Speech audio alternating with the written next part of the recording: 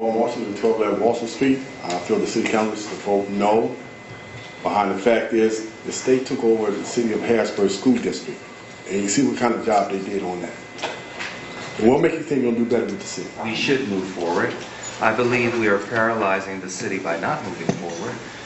I believe there is an urgency, and I believe that most people in this room realize that. There remain no guarantees with this plan. The mayor has not been able to obtain the guarantees necessary to make the plan one that our city can believe in. If we use the $15 million in gaming funds to cover the stranded debt, then we'll have to find other sources of revenue to fill that gap. To me, this means the future of increased property taxes, sewer, and water rates. This is something that the majority of our residents can't stand. Whether you hate it or just want to move on, this plan isn't going away, folks. It was first called the Act 47's Recovery Plan.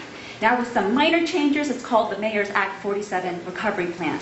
If we reject it, this same plan will be called the State's Management Recovery Plan. And I guarantee you, if we go into bankruptcy, it'll be a very similar plan, and it'll be called Harrisburg's Bankruptcy Recovery Plan. We need to embrace it now. There's been no legitimate estimate of what the stranded debt really is. Could be 50 million, 70 million, who knows? There are millions of dollars that have never been put into the equation. But this is more important than having a feel-good moment. We have to get this right. And this plan is not right for the people of our city.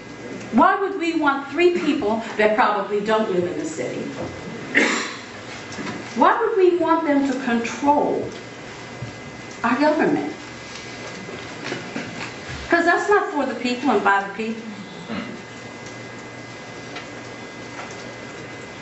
Because we're hung up on typographical errors in the document. We're hung up over some figures that have to be corrected even before they go over to the secretary for final. Polinsky. No. Ms. Smith. No. Mr. Summerford. Yes. Ms. Williams. No.